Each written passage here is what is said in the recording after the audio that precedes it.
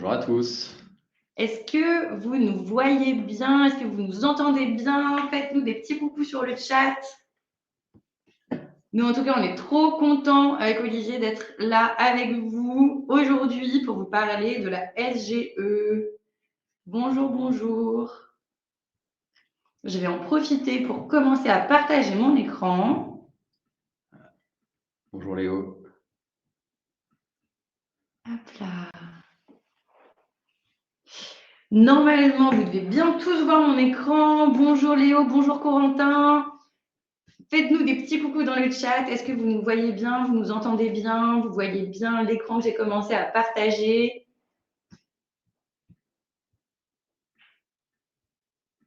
Super. Hello Sarah. Bonjour Alexandra. Bonjour Delphine. Bonjour Sophie. Delphine. Sandrine, Victoria. Oh là là, mais vous êtes trop nombreux. On peut plus. Il y a un petit peu de timidité au début, mais là, tout le monde se lâche. C'est bon, tout le monde est là. Ah, bah, c'est super. Vous nous écoutez d'où aujourd'hui? Là, avec Olivier, on est tous les deux dans la même salle, d'un côté et de l'autre de la même table. On est dans nos bureaux, dans les bureaux de PlayPlay à Paris. Fontainebleau, Lyon, Bruxelles. Oh là là, Mathis, bonjour Mathis. Oh, bonjour Mathis. Mathis qui est un ancien collègue de PlayPlay. Ça fait trop plaisir. Liège. Ah, super. La Belgique est bien représentée. Ah oui. Montpellier. Ça donne envie de partir un peu là. D'ailleurs, je sais pas si vous avez vu, mais ce matin, il y a SNCF qui a lancé sa rétrospective, un peu comme Spotify, etc. font. Je crois que c'est la deuxième année qu'ils font ça. Et franchement, c'est super de voir un peu tout le récap des petits voyages qu'on a fait en train là depuis le début de l'année. Nous, en tout cas, avec l'équipe, on comparait un peu nos résultats. Il y a des trucs assez marrants. Moi, du coup, ma région de cœur, c'est la PACA, d'après la SNCF.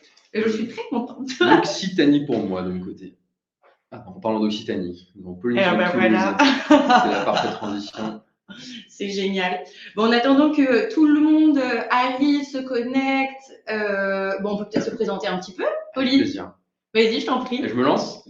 Eh bien, bonjour à tous. Moi, du coup, je m'appelle Olivier. Je travaille dans l'équipe marketing chez PlayPlay, essentiellement sur les problématiques de génération de leads pour nos équipes commerciales. Donc, je travaille ici à Paris et ça fait maintenant un tout petit peu plus de 2 ans que je suis chez PlayPlay. Et moi, du coup, je suis également dans l'équipe marketing avec Olivier. Et moi, je suis plus en charge de notre stratégie de contenu en France et de la communication produit de PlayPlay. On est aussi accompagné dans le chat de notre collègue Léa, que vous connaissez peut-être si vous avez déjà assisté à des petits webinaires PlayPlay. Elle en a fait un il n'y a pas longtemps sur les tendances contenues 2024 avec aussi notre collègue Mélissa. Et d'ailleurs, si ça vous intéresse, on pourra vous envoyer le lien du replay. C'était vraiment super. Peut-être un petit mot rapido sur PlayPlay. Si jamais il y a des clients dans le chat, d'ailleurs, dites-le nous. Nous, ça nous fait trop plaisir de savoir que vous êtes là aussi. Et pour ceux qui ne connaissent pas, nous, on est une plateforme de création de vidéos qui permet aux équipes marketing et communication de transformer leur message en vidéo en quelques minutes et sans aucune compétence technique. Aujourd'hui, il y a plus de 3000 entreprises à travers le monde qui utilisent PlayPlay et on est trop contents. Que ce soit pour leur communication corporate, créer des tutoriels, des interviews d'employés, des teasers d'événements et plein d'autres cas d'usage. Et pour accompagner justement tous nos clients, c'est primordial qu'on se tienne, nous aussi, au courant des grands changements qui vont les impacter en ce qui concerne la création de contenu. Et du coup, avec Olivier, on a beaucoup travaillé, et avec le reste de l'équipe marketing aussi, sur justement la SGE. Et on voulait vous partager ce qu'on a appris. Donc, au programme aujourd'hui, on va voir ensemble ce qu'est la SGE et comment elle se distingue en fait des expériences traditionnelles de recherche. En deuxième temps, quelles sont les implications en fait de la SGE pour votre SEO, pour votre stratégie marketing dans son ensemble, et est-ce qu'il faut en avoir peur? Et dernièrement, on va vous prodiguer un peu des conseils pour tirer profit de la SGE en 2024. Et on essaiera de garder un peu de temps pour les questions à la fin. Mais en attendant, comme on l'a dit, Léa, elle est aussi sur le chat. Donc, si jamais vous avez des questions un peu au fil de l'eau sur la présentation, vraiment, n'hésitez pas à les poser si vous avez des remarques dans le chat. Et si vous avez des questions, dans l'onglet questions, vous voyez apparaître à côté du chat à droite. Juste avant de commencer, on a une petite question pour vous. Est-ce que la SGE, vous trouvez ça effrayant, prometteur ou plutôt pas très très clair pour le moment? Vous pouvez répondre, il y a un petit onglet sondage tout en haut, vous pouvez voter là. Très bien. Le contenu de la présentation est totalement conditionné par cette réponse. Donc, et oui, soyez rigoureux sur les réponses. On est très exigeants. Ah, pour le moment, pas très clair. Ah ouais, pour le moment, pas très clair. Pour une grande majorité écrasante de personnes. Ah ouais, là ouais, plus de 40 votes pour pas très clair. Ben, écoutez. Mais intéressant de voir que sur les personnes pour qui c'est plutôt clair, il y a plus de personnes qui trouvent ça prometteur qu'effrayant. Donc, c'est bien. C'est super. On voit les choses positivement. Ouais. Et du coup, bah, si vous avez répondu pas très clair, pas d'inquiétude à avoir, on est là justement aujourd'hui pour démystifier un peu tout ça. Donc, on va commencer dès maintenant avec qu'est-ce que c'est en fait la SGE? On parle de la SGE, mais qu'est-ce que c'est? C'est déjà un diminutif de Search Generative Experience, donc ça veut dire expérience générative de recherche. Et en fait, il s'agit d'une expérience, comme son nom l'indique, menée par Google pour rendre la recherche toujours plus utile en fait pour les internautes. Chaque année, Google réalise des centaines de milliers d'expériences et la SGE, c'est une de ces expériences-là. Et elle a pour particularité d'intégrer directement dans le moteur de recherche la puissance de l'IA générative. Et donc, l'objectif ultime pour les internautes, ça va être en fait de découvrir l'essentiel d'un sujet grâce à des aperçus qui vont être générés par de l'intelligence artificielle et en même temps d'avoir la possibilité de converser avec cette intelligence artificielle et lui poser des questions en fait pour creuser un petit peu plus la requête initiale. La SGE, on appelle ça aussi Google SGE, ça a été lancé aux États-Unis cette année et depuis, ça a été étendu à 120 pays dans le monde et ça devrait arriver en Europe en 2024. Pour le moment, c'est encore dans les méandres de la législation européenne parce que on n'a pas forcément beaucoup d'insights pour le moment pour savoir si c'est vraiment très respectueux de la RGPD ou ce genre de choses. Mais en tout cas, la Team Europe est sur le coup et ça devrait arriver l'année prochaine. En France notamment. Et notamment en France. Et du coup, depuis le lancement, depuis cette année aux États-Unis, Google a ajouté en fait plein de nouvelles fonctionnalités et d'autres sont à venir. Donc, il ne faut vraiment pas oublier en tout cas que c'est un test et que peut-être que dans 6 mois, la SGE ne sera pas exactement la même qu'aux États-Unis aujourd'hui. Maintenant, on va rentrer un peu dans le concret avec un petit historique hyper rapide de OK, c'est quoi en fait la recherche sur Google? Concrètement, hier, quand on tapait une recherche dans Google, donc là par exemple, comment performer en SEO, on se retrouvait avec une liste de sites internet et ensuite c'est à vous qui avez fait la recherche de cliquer sur l'un ou l'autre des sites proposés pour trouver la réponse à votre requête. C'était super, mais ça avait aussi ses limites parce que si en fait le résultat que vous cherchiez était pas dans les premiers sites, en fait c'était quand même assez chronophage et un peu agaçant. Aujourd'hui et depuis quelques années, on a des éléments nouveaux qui sont apparus sur l'interface moteur de recherche Google qui permettent en fait d'avoir des réponses déjà un peu plus pertinentes par rapport à votre requête. Donc ici, par exemple, on a toujours pour cette même requête un exemple d'un extrait d'un article de HubSpot qui ici en fait est un tutoriel un peu pas à pas des différentes étapes pour mettre en place la stratégie SEO. Et ici, Google a décidé de mettre en avant cet article parce qu'il considère que ce tutoriel permet en fait effectivement de mettre en place une stratégie SEO. On a aussi un autre élément là que vous voyez juste en dessous qui est les People Also Ask. Et donc ici, c'est une boîte à questions en fait en rapport avec la requête d'un internaute. Et ensuite, là du coup, en dessous de cette capture d'écran, on a la liste classique des sites internet positionnés sur ce mot-clé de manière organique. Pour les plus experts en SEO d'entre nous et d'entre vous, c'est ce qui correspond au résultat enrichi, qui du coup était venu avec une grande mise à jour Google il y a quelques temps, donc qui permet effectivement d'afficher des résultats beaucoup plus contextualisés, d'apporter une réponse directement dans les résultats. Exactement. Et là, du coup, Google fait encore plus fort, va encore plus loin avec la SGE.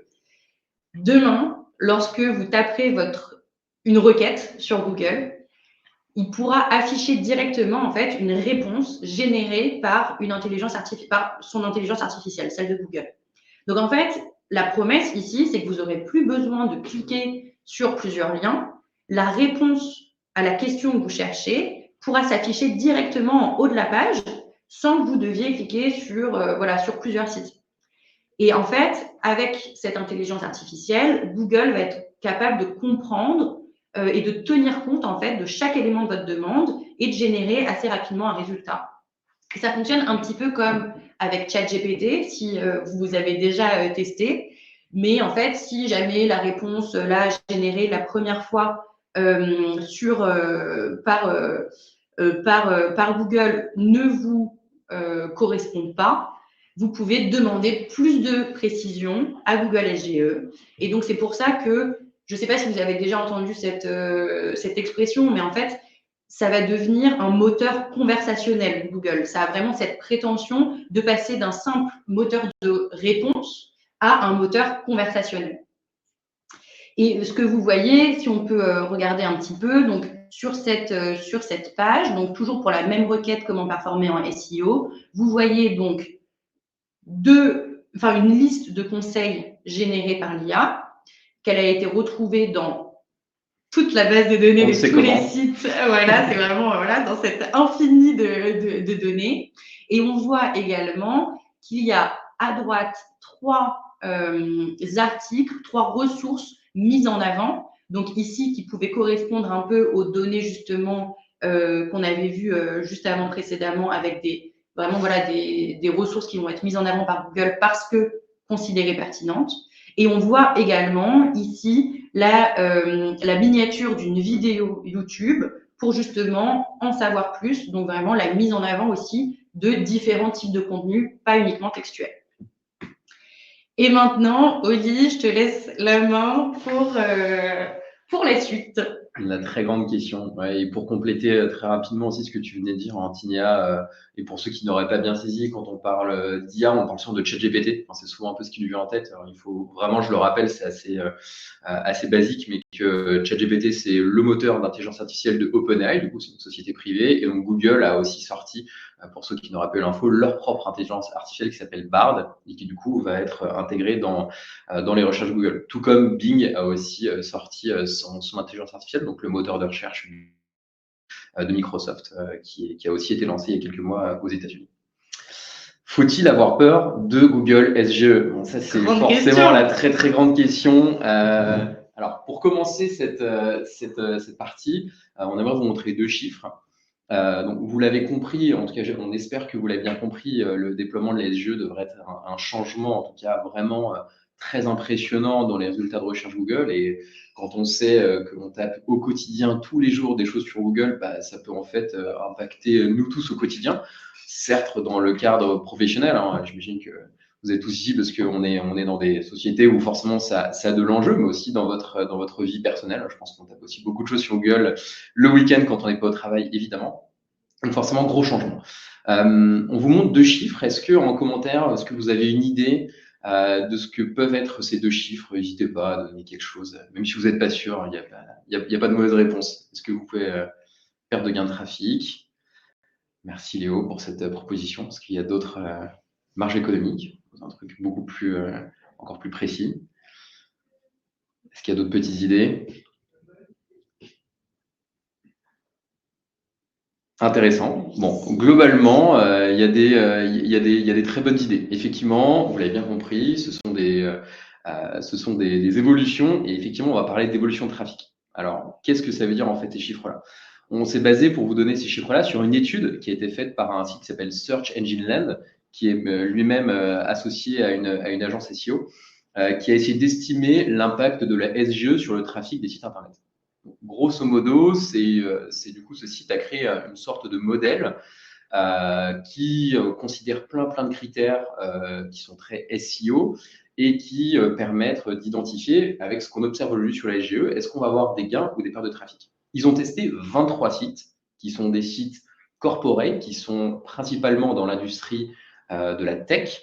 Ce sont des clients de l'agence à laquelle ce site s'est adossé. Et pour vous donner une volumétrie, ils ont testé des sites avec des volumétries très différentes, des sites allant de 1000 visiteurs uniques par mois, donc des sites avec des niveaux de trafic plutôt modestes, à des sites ayant 300 000 visiteurs uniques par mois. Donc là, on est sur des sites qui ont déjà une volumétrie très impressionnante.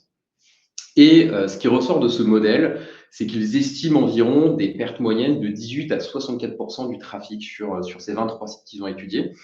Et dans le pire des cas, en tout cas dans ce qu'ils ont identifié comme étant le pire des cas, certains sites afficheraient des pertes de 95% de trafic et dans le meilleur des cas, d'autres sites afficheraient des augmentations de trafic jusqu'à 219%. Donc évidemment, je préfère tout de suite le préciser, ça reste un modèle qui a pris des critères de manière arbitraire. Il y a probablement d'autres modèles qui vont être créés dans les années à venir. Il y aura probablement d'autres études aussi. C'est aussi sur un échantillon de sites qui est assez petit. On parle de 23 sites dans une industrie spécifique.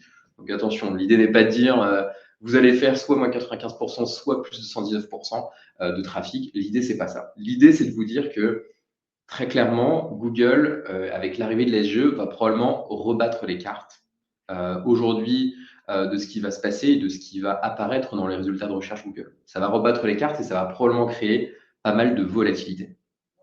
Et notamment, on a décidé de vous trouver une petite image pour illustrer ça. Certains reconnaîtront notre cher Jean-Claude Van Damme dans cette pub iconique pour Volvo Trucks.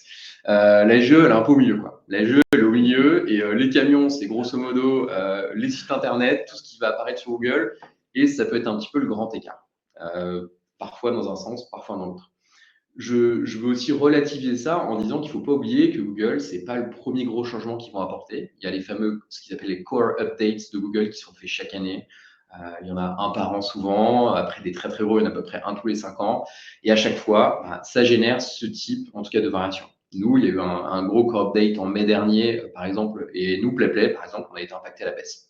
Voilà. Et d'autres sites ont été impactés à la hausse. C'est aussi le jeu, c'est aussi ouais, effectivement, je ne sais pas si autant belge fréquent, mais j'avoue que c'est une très belle dédicace pour nos amis belges. Moi, c'est ma slide préférée. Ouais. C'est possible que je fasse plus les slides. En fait, on va rester dessus là pendant tout le webinaire. Comme ça, vous l'aurez bien en tête. Du coup, voilà, on sait qu'il y a des évolutions, c'est pas nouveau, donc il faut aussi le relativiser. Ça peut faire peur quand on voit ces chiffres-là, mais ça reste un déploiement Google comme il y en a déjà eu d'autres. Donc oui, il y aura des hausses et oui, il y aura des baisses dans un sens ou dans l'autre. Et c'est sûr que c'est pas forcément facile d'anticiper aussi ces évolutions. On va voir pourquoi. Pour ce faire, on s'est dit quoi de plus concret qu'un exemple aussi pour vous montrer vraiment un exemple de page de résultats de recherche de Google sur une requête qui nous est chère. Donc là, on a pris un exemple parce que nous aussi, PlayPlay en tant que site référencé sur Google, on est très au fait de ce qui va passer sur Google puisqu'on a beaucoup de trafic organique aujourd'hui qui arrive sur notre site. Et il y a notamment des choses qui sont tapées sur Google qui nous intéressent tout particulièrement. Vidéo marketing, comme l'a dit Antina, nous sommes une plateforme de vidéo, donc forcément c'est une thématique qui nous intéresse. Et en fait, si je regarde le résultat sans SGE, donc sans résultat généré par l'intelligence artificielle de Google, aujourd'hui, qui apparaît sur cette requête aux États-Unis, donc je précise que c'était avec un VPN fait aux États-Unis, eh bien c'est HubSpot. HubSpot, on ne va pas refaire l'histoire, les rois de l'inbound marketing, même les inventeurs de l'inbound marketing. Voilà, ils apparaissent en premier sur cette requête Google avec The Ultimate Guide to Video Marketing. Bon, enfin, le truc est juste énorme. Je suis pas allé regarder les chiffres dans nos outils SEO, mais je pense qu'ils amassent un trafic assez démentiel avec cette première position sur une requête qui doit être tapée des dizaines, voire des centaines de milliers de fois aux États-Unis. Maintenant, on a cliqué sur le petit bouton Generate que vous voyez ici. Et hyper intéressant ce qui s'est passé. Eh bien, lorsqu'on clique sur Generate, eh bien, on a une page totalement différente qui apparaît et qui est générée par l'intelligence artificielle de Google ici. Et là, ce qui est très intéressant, c'est que le VPN, lorsqu'on a fait le test, était aléatoirement aux États-Unis. Il s'avère qu'on se trouve à New York. On avait un VPN qui, du coup, était situé à New York. Et là, l'intelligence artificielle de Google a totalement pris le parti de propulser des résultats, ce qu'on appelle locaux. Donc, plutôt que de donner un résultat assez générique sur le vidéo marketing en général, ils ont pris le parti de montrer des agences que je ne connais pas pour être tout à fait transparent, mais des agences probablement basées à New York qui proposent des services de production de vidéos. Donc, c'est hyper intéressant. Et HubSpot, qui avant a été premier sur cette requête-là, bah là, s'il faut regarder en tout petit, je vous invite à regarder. C'est le premier lien du petit carrousel de Ultimate Guide to Video. On ne voit même pas la fin, d'ailleurs, au passage du texte. Donc, c'est très petit. On voit à peine marqué HubSpot. Ils ont clairement perdu beaucoup de visibilité. Donc là, sur ce type de requête, peut-être que HubSpot a déjà vu des gros changements sur leur trafic organique aux États-Unis, que sais-je. Donc, ça montre vraiment la volatilité qu'il peut avoir et que vraiment la GE va rebattre véritablement les cartes. Donc, la conclusion de tout ça, il ne faut pas retenir que vos sites devraient perdre ou gagner du trafic. La chose qu'il faut retenir, c'est que ça devrait effectivement amener de l'incertitude. Ça, c'est très clair. Google va édicter des nouvelles règles avec le déploiement de cette SGE, donc forcément, ça amène de l'incertitude. Maintenant, nous, notre avis, notre opinion, et on vous incite en tout cas à le voir de la même manière, dans le même prisme, c'est de pas forcément en avoir peur, même si ça peut être inquiétant. Nous, les premiers, waouh, ça génère, c'est assez vertigineux, si je puis dire, mais ça ouvre aussi un champ des possibles qui est absolument passionnant. Vous l'avez vu sur cet exemple précédent, en fait, il y a beaucoup de choses qui vont bouger sur les pages de résultats. Donc forcément, on se dit qu'il y a plein de nouvelles possibilités qui vont s'ouvrir. Ça va aussi enrichir le type de résultats qui vont apparaître sur Google. Donc ça peut ouvrir pour toutes les entreprises ici présentes et du monde entier vraiment des opportunités super intéressantes. Quelles opportunités ça va ouvrir? Ça, c'est la question. Ça, c'est la grande question. Alors, nous, on a décidé de vous en présenter 4. Alors, il y en a probablement d'autres. D'ailleurs, je vous invite, si vous identifiez, vous, d'autres opportunités ou si vous avez des questions par rapport à ces sujets-là, n'hésitez pas à les mettre dans l'onglet questions. On y répondra et je vois qu'il y a certaines questions déjà qui ont été posées. On va notamment y répondre. Et si vous avez, pour les plus connaissants d'entre vous, si vous avez déjà identifié d'autres opportunités, n'hésitez pas à les mettre. Ça enrichira un petit peu le débat sur le sujet. Nous, en tout cas, on en a identifié 4. C'est pas exhaustif, mais 4 qui nous semblent importantes. La première, c'est que ça devrait permettre d'apparaître dans les résultats, en tout cas dans ces résultats SGE, sans forcément être initialement aux premières pages des résultats SEO classiques. Ça, c'est la première chose qui est identifiée par les différentes analyses qu'on a regardées dans la préparation de cette présentation. C'est quelque chose qui fait assez l'unanimité. L'exemple, je vais reprendre l'exemple que je vous ai montré. Cet exemple-là qui était extrêmement parlant. Est-ce que ces 3 agences qui produisent des vidéos à New York s'attendaient, en tout cas pouvaient s'attendre à se retrouver en première position de Google sur une requête aussi forte que la requête vidéo marketing? Eh bien, je ne pense pas. Ouais, avant même les ads en plus. Donc là, tu te dis, niveau investissement justement en SEA, là, c'est quand même assez incroyable. C'est incroyable. Ouais, il faut quand même s'imaginer que HubSpot pourra apparaître premier sur cette requête vidéo marketing. Alors, je pense qu'ils ont dépensé de l'argent, énormément de temps aussi pour arriver à finir premier sur cette page, quoi. Tu vois, vidéo marketing, c'est une requête tellement énorme et forcément, ça a dû leur prendre énormément de temps. Et aujourd'hui, en fait, on voit en fait, les servs vont changer, notamment localement à New York. Toutes les personnes qui vont taper vidéo marketing New York, en tout cas aujourd'hui, on voit que ça ne va pas être premier. Donc, c'est des agences qui peut-être n'étaient jamais référencées SEO jusqu'à maintenant, qui vont apparaître beaucoup plus facilement. Donc, ça, c'est la première opportunité qu'on identifie. La deuxième, c'est quelque chose qui, pour le coup, vient plutôt de nous, qu'on a un petit peu réfléchi de notre côté et qu'on souhaitait vous partager aujourd'hui. C'est que, au vu des tests que l'on a fait, on s'est rendu compte que dès lors qu'on tape des requêtes qui sont très génériques, eh bien, l'IA de Google arrive assez facilement à donner des éléments de réponse assez clairs, vraiment par lui-même, sans forcément faire appel à des ressources extérieures pour enrichir ses résultats. Souvent, ces requêtes génériques, elles ont beaucoup de volume. Ces requêtes sont très volumiques parce qu'elles sont génériques. par définition, elles sont tapées par beaucoup de personnes. Et souvent, elles sont très compétitives. C'est-à-dire que pour réussir à apparaître très haut dans les résultats de recherche, il faut, comme l'a fait HubSpot avec vidéo marketing, il faut dépenser beaucoup de temps et aussi probablement beaucoup d'argent. Et là, on a pris un exemple, marketing vidéos. Nous, en toute transparence, si demain, PlayPlay, on arrivait à apparaître en premier sur marketing vidéos, très content. Ça nous ferait plaisir. On y travaille, mais on n'y est pas encore, vous voyez. Mais on y travaille. Néanmoins, on pense en toute transparence que la marche serait probablement un petit peu haute. Mais ce qu'on voit aussi, c'est que sur ce type de requête, vous le voyez ici, en fait, l'IA arrive assez facilement à générer une réponse. D'ailleurs, en fait, elle comprend que l'intention de recherche derrière marketing vidéo, c'est quelqu'un, lorsque moi j'ai tapé cette requête, qui souhaitait juste comprendre ce que c'est et comment ça fonctionne.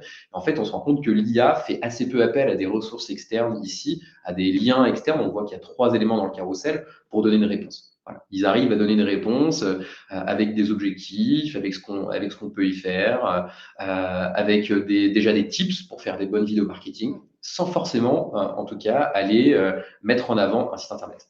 Donc nous, on se dit que c'est probablement l'opportunité de moins se battre sur ces requêtes-là, qui sont très génériques et encore une fois très compétitives, pour plutôt les se concentrer sur les choses plus spécifiques qui sont vraiment propres en fait à notre industrie, à notre marché. Donc du coup, ça nous permet aussi un petit peu de recentrer nos efforts. Donc je pense que toutes les personnes qui sont avec nous aujourd'hui, ça peut les intéresser. Voilà, ça nous pousserait aussi probablement à mieux prioriser nos actions. Donc ça, c'est quelque chose en tout cas qu'on identifie comme une opportunité. La troisième chose, c'est que Google va mettre encore plus en avant l'expertise des sites. C'est-à-dire que si on est expert dans son domaine et qu'on arrive à apporter des réponses approfondies avec nos contenus, eh bien, on peut très clairement encore mieux se positionner. Ça, c'est quelque chose qui n'est pas un grand changement, je dirais, mais qui est plutôt un changement qui va être encore plus exacerbé avec les jeux de Google, puisque déjà précédemment dans Google, le plus une entreprise, en tout cas un site référencé sur Google, est expert dans son domaine, le plus Google avait tendance à pousser les résultats de recherche. Voilà. Si demain, quelqu'un tapait une requête, prenons l'exemple sur la vidéo, Google, en temps réel, va effectivement regarder quels sont les acteurs qui sont les plus experts en vidéo pour éventuellement pousser leurs résultats. L'objectif de Google, c'est de satisfaire la question de l'utilisateur sur Google, donc en tout cas qui est posée sur Google, donc forcément, il a envie d'apporter la meilleure réponse. Et Google considère que les meilleures réponses proviendront fort probablement des entreprises les plus expertes dans leur domaine. Ça, c'est quelque chose qui va être encore plus exacerbé, puisque l'intelligence artificielle va aller chercher elle-même ses résultats. Donc, probablement mettre encore plus en avant l'expertise, en tout cas des marques, pour pousser les résultats. Donc, s'il faut retenir quelque chose, c'est produire du contenu toujours de plus grande qualité et affirmer son expertise et son opinion sur ces domaines d'expertise. Ça sera forcément bénéfique à long terme dans le cadre de l'SE. Le quatrième, déjà le quatrième. Le temps file, je suis perdu, le temps file. Trop de choses à dire. La dernière chose, c'est que, et c'était, je crois qu'il y avait une question plus haut, pourquoi est-ce qu'on va avoir des baisses en fait de résultats sur les sites? Eh bien parce qu'en fait, Google, et on va le voir dans l'exemple suivant, en tout cas dans le cas de l'SE, l'intelligence artificielle ne va pas seulement mettre en avant des pages de sites, en tout cas sur ces résultats de recherche, vous l'avez vu. Parfois, ils vont apporter des réponses textuelles directement pour que vous ayez la réponse à votre question directement dans le texte. Donc, vous n'aurez même pas besoin en fait d'aller cliquer sur un lien pour avoir une réponse. Donc, c'est ça qui va notamment générer probablement moins de trafic de manière générale. Et ensuite, Google va enrichir via son intelligence artificielle avec des résultats qui proviennent d'autres endroits. C'est-à-dire que l'intelligence artificielle ne va pas seulement aller chercher des résultats dans le site Internet, mais aussi sur d'autres plateformes, notamment les réseaux sociaux. Donc, il faut s'attendre à ce que demain, dans les résultats présentés par l'intelligence artificielle, on a aussi des résultats qui proviennent de blogs hébergés sur LinkedIn, de posts LinkedIn, de posts sur TikTok, d'Instagram, de Facebook. On aura d'autant plus de vidéos. On en parlera après, sujet évidemment super important. Et là, vous avez l'exemple ici. Et donc, forcément, si quelqu'un clique sur un post LinkedIn et pas sur un lien d'un site, forcément, ça sera aussi du trafic en moins sur les sites Internet. Par contre, ce trafic devrait se retrouver légèrement, en tout cas ailleurs, sur d'autres canaux. C'est le cas ici. Ici, on voit bien que sur cette page de recherche, si vous j'espère que vous n'avez pas trop des petits yeux comme moi, mais si vous regardez un petit peu dans le détail, vous voyez qu'il y a 3 résultats dans le carrousel qui sont mis, en plus du résultat textuel donné par l'intelligence artificielle de Google. Et sur les 3, il y en a 2 qui ne sont pas des redirections vers le site Internet. C'est un article de blog qui est hébergé sur LinkedIn, sur la plateforme de LinkedIn qui permet d'écrire du contenu. Et au passage, ici, c'est un contenu qui est coécrit, donc qui est un contenu collaboratif, qui est une nouvelle fonctionnalité qui a été lancée par LinkedIn il y a peu, et une vidéo YouTube. Donc en fait, ça montre que demain, si vous êtes aussi fort sur d'autres aspects de votre contenu, pas seulement sur votre site, eh ben, vous pourrez aussi en profiter. Donc vous pourrez avoir des interactions beaucoup plus multicanales avec vos utilisateurs via les recherches Google. Exactement. Et j'en profite justement parce que là, je vois une question de Laura qui demande justement comment prouver son expertise et expérience pour Google. Et ben en fait, ça va passer par là. En fait, ça va passer par le multicanal. On en reparlera aussi un petit peu après avec nos conseils justement pour se préparer, anticiper l'arrivée de la SGE. Mais en fait, l'expertise pour Google, ça va être justement de se rendre compte que avec votre entreprise, par rapport à toutes vos plateformes, que ce soit votre site internet, votre blog, vos réseaux sociaux d'entreprise, vous savez en fait de quoi vous parlez des mêmes sujets et vous offrez un contenu de qualité qui va répondre en fait aux demandes, aux requêtes de vos cibles, de vos prospects, etc.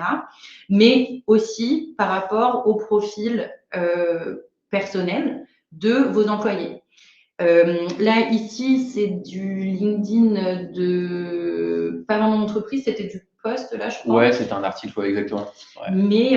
Mais il va aussi y avoir parfois des mises en avant du profil de collaborateurs directement, en fait, dans ces résultats. Donc ici, en fait, si vous avez une stratégie d'employé advocacy, comme on appelle, justement, en fait, vous allez pouvoir montrer à Google, en fait, que, bah oui, effectivement, vous êtes expert parce que vous, en tant qu'entreprise, vous parlez de ces sujets-là, mais vos employés également, et ils deviennent influenceurs de ces sujets.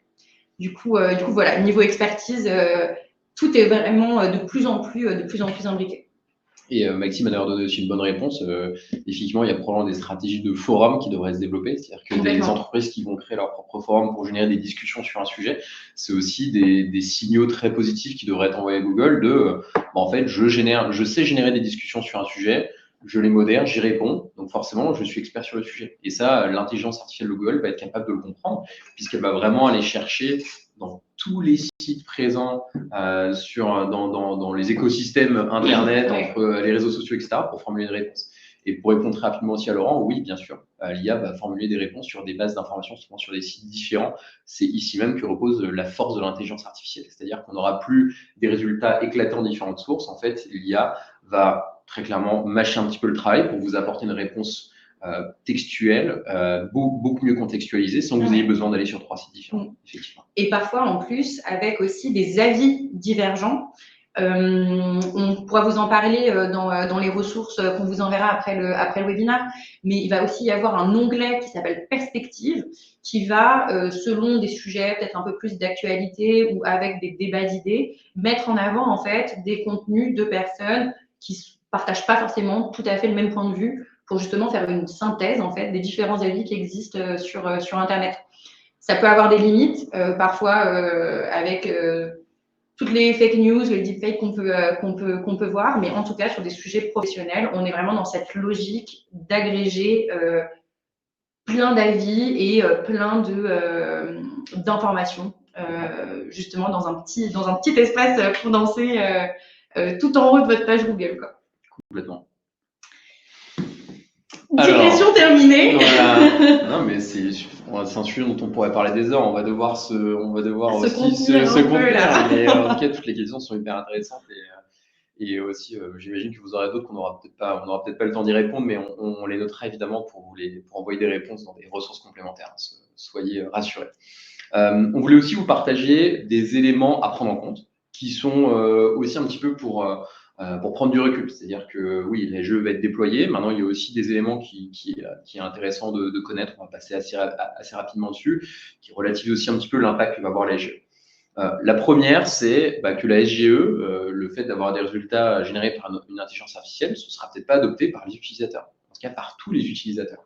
Il faut quand même avoir en tête, pour avoir une notion de chiffre, que Google, en 2022, ils ont fait 800 000 tests sur leur page de recherche.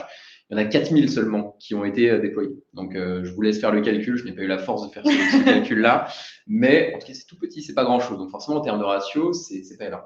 Alors, Et effectivement, le déploiement de l'AGE fait partie de ces plus gros tests qui vont être menés, donc ne va pas forcément s'appliquer le même ratio, mais c'est juste pour montrer qu'il y a quand même énormément de tests qui sont faits sans forcément qu'on les voit, et qu'il n'y en a pas forcément énormément qui sont adoptés. Autre chose qui illustre aussi ça, c'est que Bing, donc qui appartient du coup à Microsoft, le moteur de recherche de Microsoft, a lancé les jeux. D'ailleurs, on n'a pas trop entendu parler il y a déjà plusieurs mois, en tout cas encore même avant Google.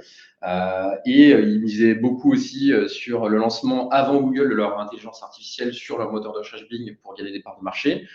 Aux États-Unis, pour vous donner un idée, ils ont à peu près 6% et demi en tout cas de parts de marché aux États-Unis. Ils pensaient gagner pas mal de choses, mais non, ils sont restés parfaitement stables. Donc en fait, c'est plutôt de leur côté un peu une déception. Ils n'ont pas forcément vu une adoption incroyable, et l'IA de Bing a même été relayée en bas de page récemment. Donc encore une fois, il faut toujours garder en tête que c'est des changements qui ne seront peut-être pas adoptés à 100%. Les résultats de l'intelligence artificielle ne sont peut-être pas déclenchés pour toutes les requêtes. On a vu que c'était une question, en tout cas j'ai vu dans la liste des questions question de Maxime. Voilà, question de Maxime. Eh bien, non, a priori, ça ne sera pas, en tout cas pour l'instant, ce n'est pas déployé pour toutes les requêtes. Il y a différents cas de figure. Il y a des cas de figure où vous avez automatiquement un résultat généré par l'intelligence artificielle qui se déploie. Vous avez certaines requêtes où nous, avec les tests qu'on a fait, il n'y a rien. C'est-à-dire qu'il y a vraiment les résultats classiques, ça ne change rien. Et puis, il y en a d'autres, un peu intermédiaires, qu'on vous a mis en screenshot sur la slide. Vous avez un petit bouton qui s'affiche en haut avec marqué Get an AI-powered preview for this search, et vous pouvez générer. C'est seulement en cliquant sur le bouton Generate qu'à ce moment-là, vous pouvez avoir l'affichage d'un résultat issu de l'intelligence artificielle. Donc, en tout cas, pour l'instant, ouais. C'est des choses qui vont probablement être amenées à évoluer. C'est peut-être aussi Google qui met un peu, entre guillemets, la patte dans l'eau pour voir un peu quelle est la température. Est-ce que ça marche? Est-ce que les gens ils cliquent sur Generate? Est-ce que demain, il faut effectivement le déployer sur toutes les requêtes? Donc ça, c'est des choses qui vont probablement fortement changer, mais aujourd'hui, c'est pas le cas. C'est ça. Et niveau chiffres, on pourra aussi vous les partager plus tard, mais il y a eu une enquête un peu qui a été faite justement sur ces différents types de résultats. Et en fait, le petit bouton là que vous voyez, c'est pour 56% des requêtes. Donc, il n'y a que 30% des requêtes qui auront vraiment ce déploiement automatique, 13% qui ne seront pas du tout concernées et 56% des requêtes où il va falloir cliquer sur un bouton. Donc, pour le moment, effectivement, c'est exactement ce que tu disais, Olivier. C'est pas forcément sûr que, quitte à cliquer en fait sur un bouton, est-ce que tu veux forcément avoir un résumé de l'IA ou est-ce que tu te dis que, en fait, si ça se trouve, le premier site, il est premier directement en organique. Peut-être qu'en fait, c'est lui qui va avoir toutes les réponses à mes questions. À voir. Complètement. Troisième chose à prendre en compte, je vais passer assez rapidement dessus, mais on sait à quel point la vitesse est devenue un critère très important, qui est d'ailleurs aussi poussé par Google sur les sites. Google dit toujours, si vous voulez être affiché en haut, il faut que vous ayez un site qui va vite, qui soit performant, avec un design qui soit parfait et que ça répond à la question. Eux-mêmes ne respectent pas trop pour l'instant leurs critères avec la SGE, puisque dans les standards de vitesse actuels, quand vous voyez sur le visuel à côté, en fait, ça prend un petit peu de temps. Et c'est un détail, mais aujourd'hui, un site qui est un peu plus loin qu'un autre, il peut très clairement perdre du potentiel aux yeux de Google, et les utilisateurs sont habitués à une vitesse très très élevée, et aujourd'hui les résultats générés sont assez bons. Enfin, dernièrement, cela n'aura peut-être pas d'impact sur votre cible. Tout ça, effectivement, il faut le ramener à ses propres audiences. On a vu un petit peu dans la liste des participants et des personnes de sociétés très différentes. Vous avez tous des audiences probablement très différentes au quotidien.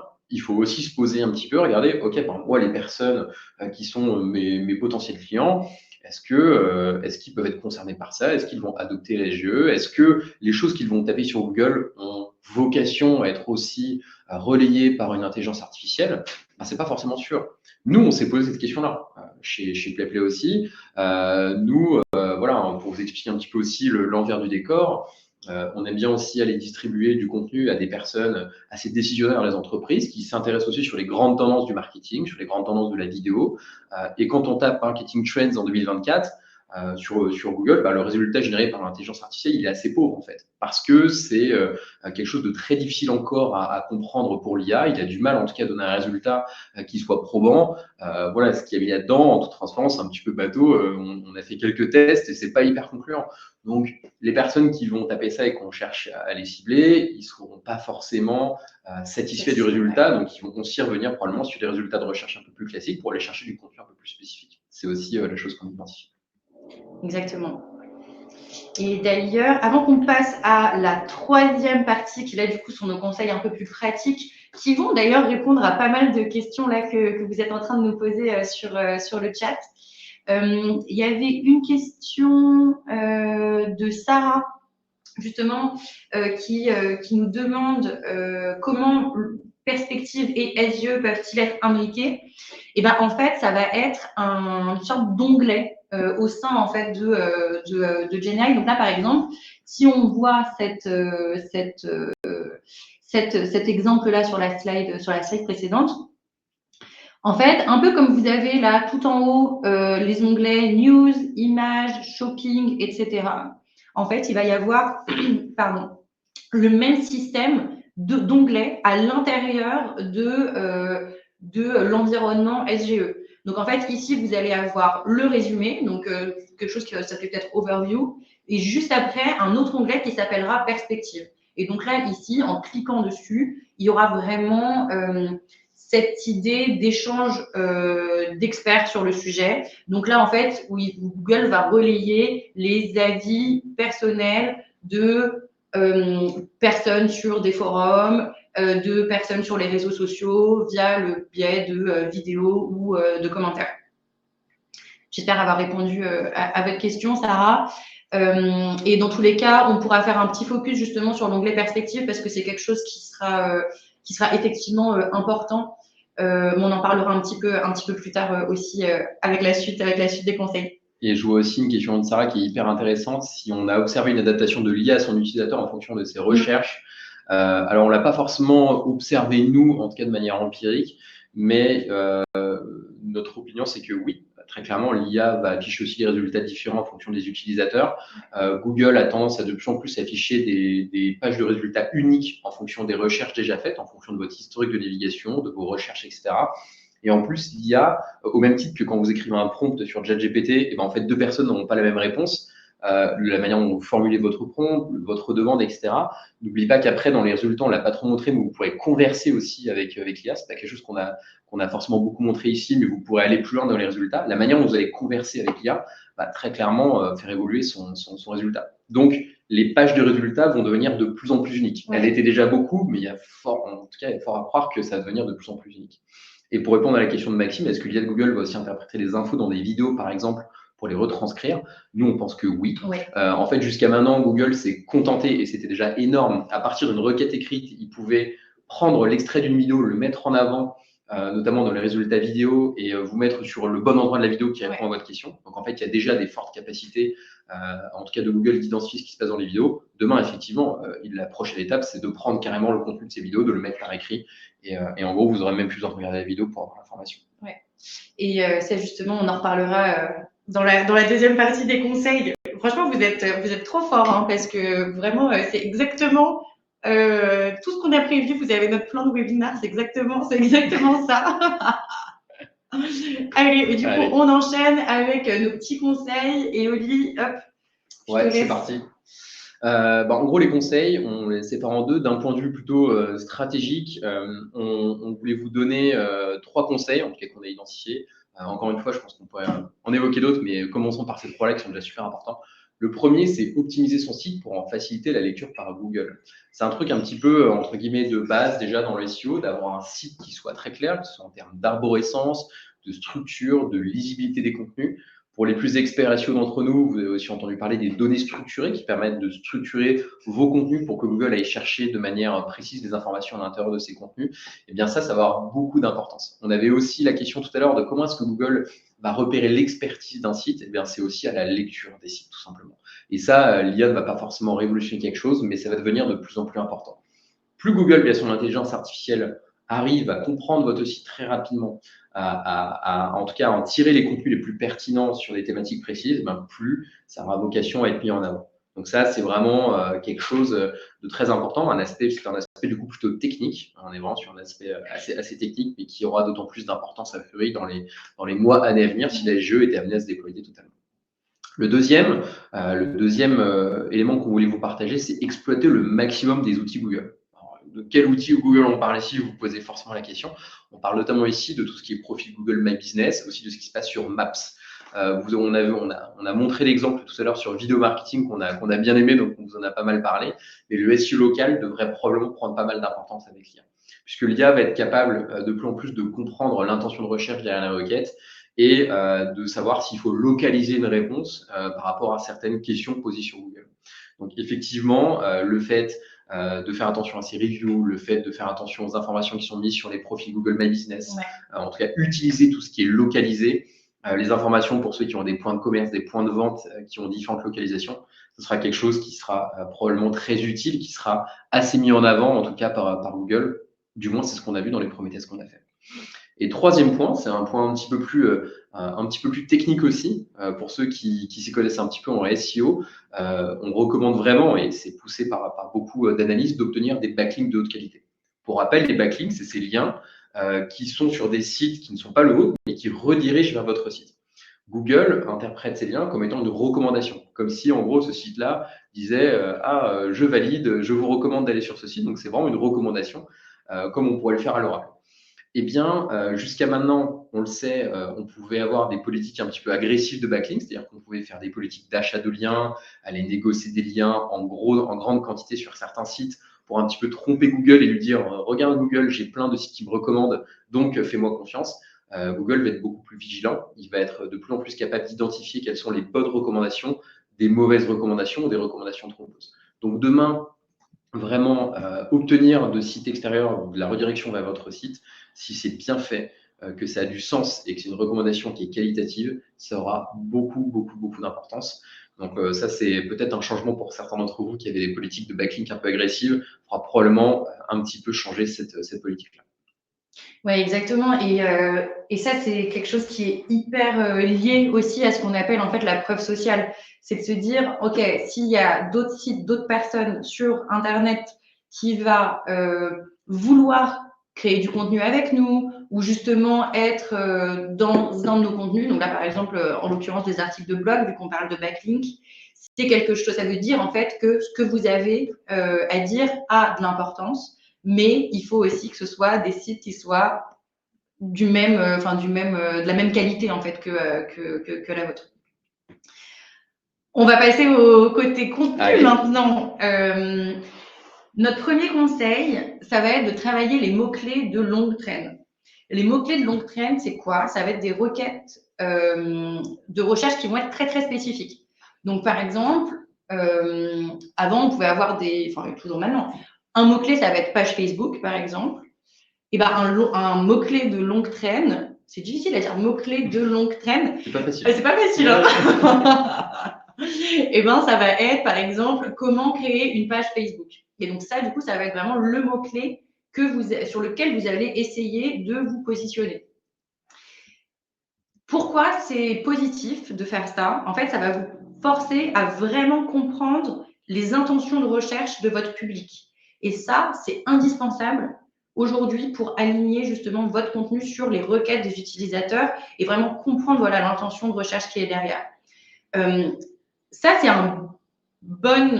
c'est plutôt une bonne chose en fait parce que vous allez arrêter justement de perdre votre temps et c'est un peu ce que Olivier, tu disais tout à l'heure justement sur les types de mots-clés qui pouvaient être concernés ou pas par la SGE et le fait en fait d'abandonner des mots-clés avec vraiment un trop gros nombre de recherches. Ça va vous permettre en fait de vraiment pouvoir répondre de manière presque personnalisée ou en tout cas clé en main à vos prospects et en fait au final de leur répondre de manière instantanée et c'est ça en fait qu'ils attendent de vous, vos prospects. C'est qu'en fait vous leur apportiez de la valeur avec des contenus qui tapent dans le mille et justement qui vont répondre aussi à ce côté expertise, autorité, fiabilité en fait de votre contenu. On ne veut pas du contenu qui parle à Google, on veut du contenu qui soit utile pour l'internaute, pour vos futurs utilisateurs. Deuxième conseil, ça va être d'adopter un style direct et un langage simple. On l'a déjà dit un petit peu pendant ce webinaire, mais la conversation, c'est vraiment au cœur de l'intelligence artificielle de Google SEO. Et donc, qui dit conversation dit, comme ce que tu disais Olivier, réponse personnalisée. Et donc, plutôt que d'avoir un style indirect, il faut vraiment que vous adoptiez le vous, par exemple, dans vos contenus. Par exemple, si vous avez un internaute qui demande ah bah, comment je me connecte à mon application bancaire, si vous avez rédigé un article ou si vous avez créé une vidéo qui commence par alors, vous entrez votre identifiant ou commencez par entrer votre identifiant, ça aura beaucoup plus de pertinence qu'un article qui commence par pour vous connecter à votre compte via votre application bancaire, il y a 4 étapes, blablabla. On s'en moque en fait. L'utilisateur, il ne veut pas que vous lui répétiez sa requête. Il veut que vous ayez directement réponse à sa question. Donc ça, on retient. On privilégie le style direct avec le vous ou de l'impératif. On parle en langage naturel, donc vraiment pas de jargon de votre industrie. Ça, c'est quelque chose qu'on répète depuis quelques années. Et là, ça va avoir d'autant plus de poids avec justement ces nouvelles manières de converser directement. Et donc ça a vraiment un avantage en fait de vous rapprocher de votre internaute, de vos cibles, et ça donne une expérience qui est beaucoup plus interactive, beaucoup plus sympa pour l'internaute. Mais encore une fois, on n'oublie pas la forme, ça ne fait pas tout. Il faut que votre contenu soit réellement utile et soit expert. Tout à l'heure, j'ai vu passer une question, il me semble, sur le côté justement dispersion des, nombre de contenus sur différentes plateformes versus qualité du contenu. Alors, le mieux du mieux, ce serait d'être présent sur absolument toutes les plateformes, tous les forums, et en plus offrir un contenu de qualité. Mais en tout cas, il faut mieux que vous vous concentriez sur peut-être votre blog, votre site internet vitrine, dans lequel vous allez pouvoir mettre en place aussi peut-être des petites foires aux questions, des vidéos d'utilisation de votre produit ou de votre service, et un ou deux réseaux sociaux sur lesquels vous êtes vraiment pertinent et sur lesquels vous allez avoir une utilisation vraiment cadrée et rythmée, quoi, on va dire, plutôt que de vouloir vous éparpiller partout et faire un contenu qui va perdre en fait en qualité. Donc, il faut vraiment bien avoir les deux. Et justement, on parlait de contenu. Il faut miser sur des contenus qui vont être originaux et aussi interactifs. Encore une fois, dans la vraie vie, si vous posez une question à quelqu'un, sa réponse va pas être la même que si vous demandez à quelqu'un d'autre. Enfin, en tout cas, au niveau de la forme. Et ben en fait, ça va être la même chose là encore pour Google SGE.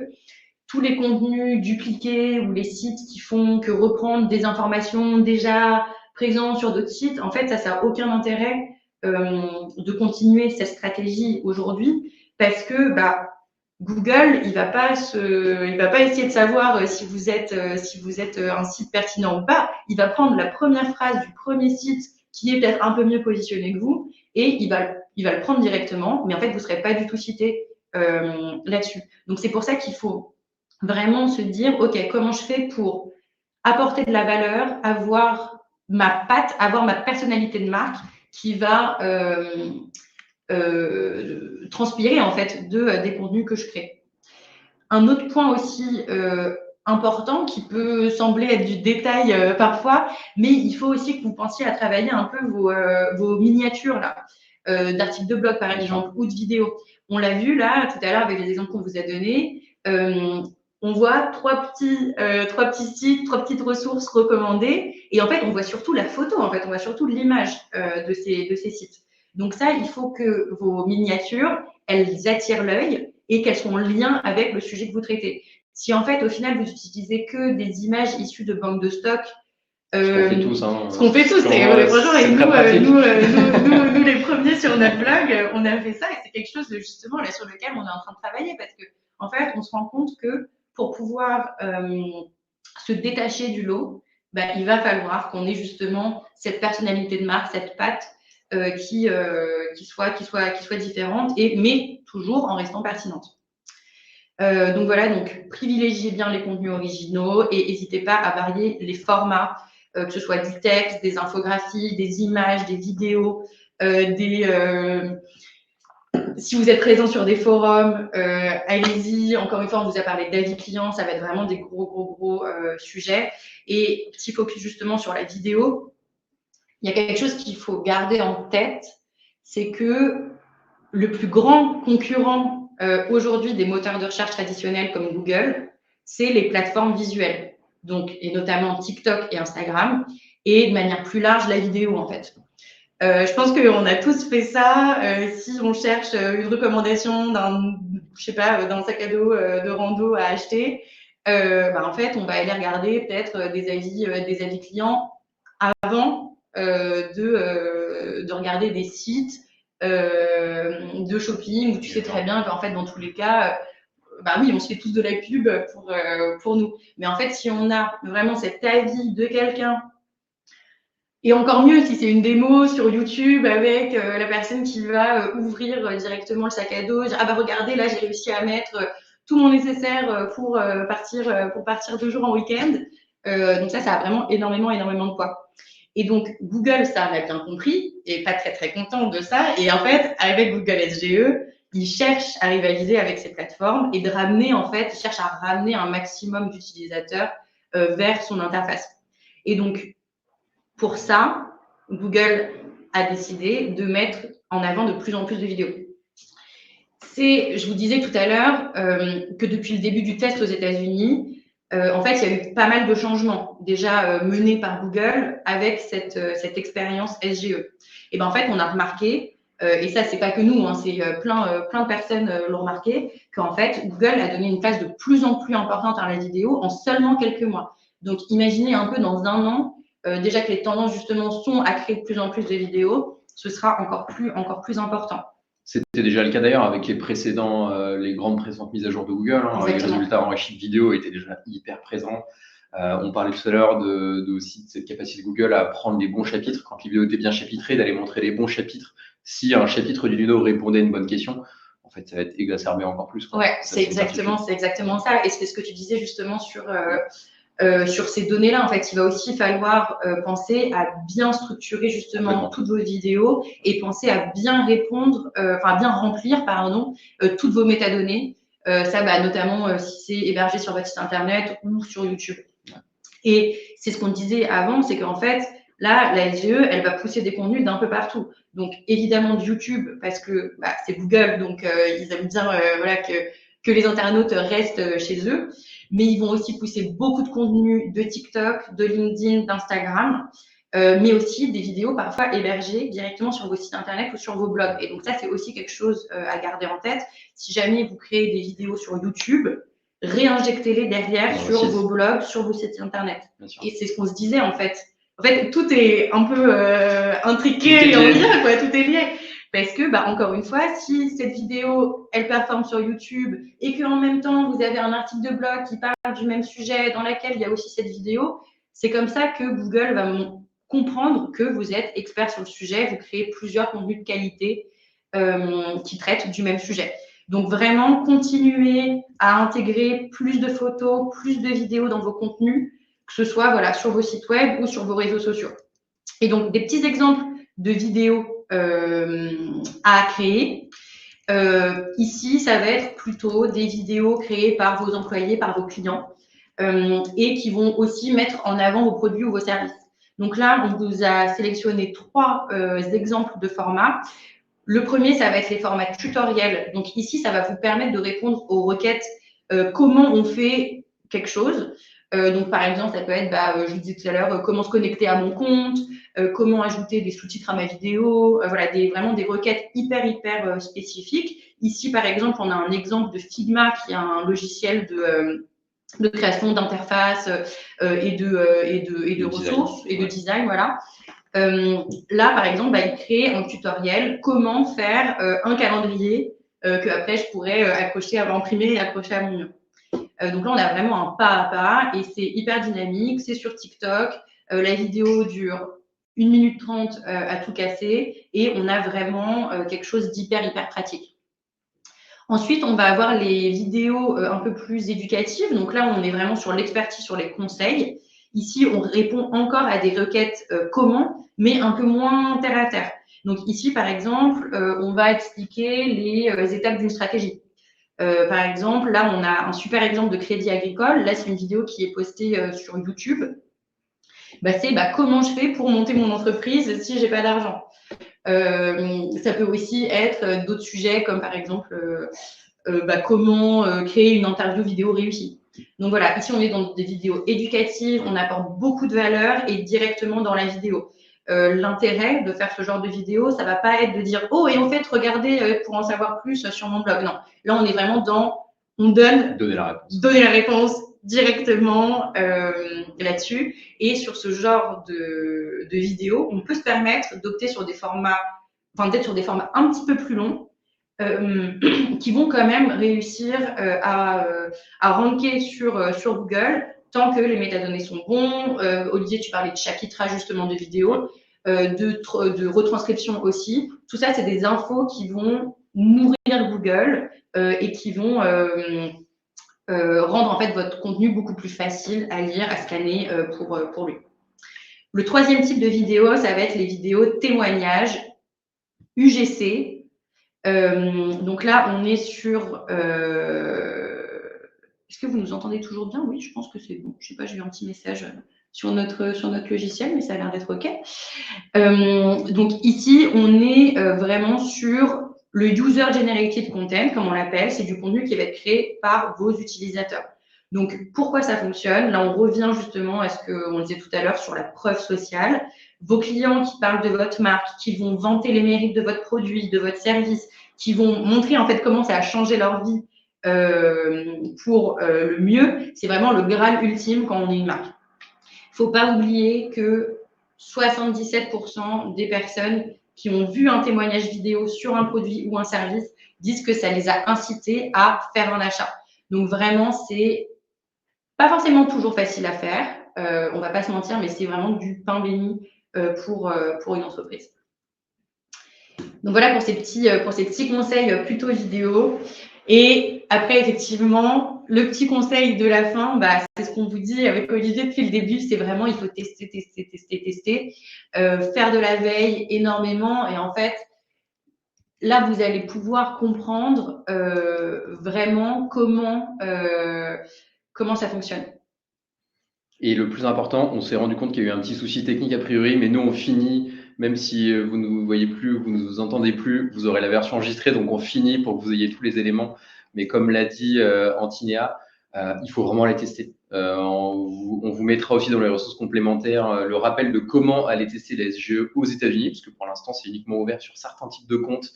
Gmail aux États-Unis, il ne faut pas que ce soit un compte pro, il faut que ce soit un compte perso qui soit créé aux États-Unis et ensuite il faut que vous ayez un VPN qui vous positionne aux États-Unis. Mais le plus important, c'est d'aller tester tout simplement, c'est d'aller voir véritablement, de taper des requêtes que pourraient sur Google, des choses que pourrait taper sur Google l'ensemble de vos clients ou prospects et de voir ce qui se passe. C'est vraiment le meilleur moyen d'aller comprendre et de faire des tests tout simplement. Bon, du coup, on va répondre à toutes vos questions dans le tote bag et effectivement, on vous envoie tout ça. Encore désolée pour le petit bug technique, mais voilà. Écoutez, merci pour tout. En tout cas, toutes vos questions sont hyper intéressantes. On a hâte d'y répondre et à bientôt pour un prochain webinaire. À bientôt tout le monde. Allez, salut, bonne journée et bon appétit.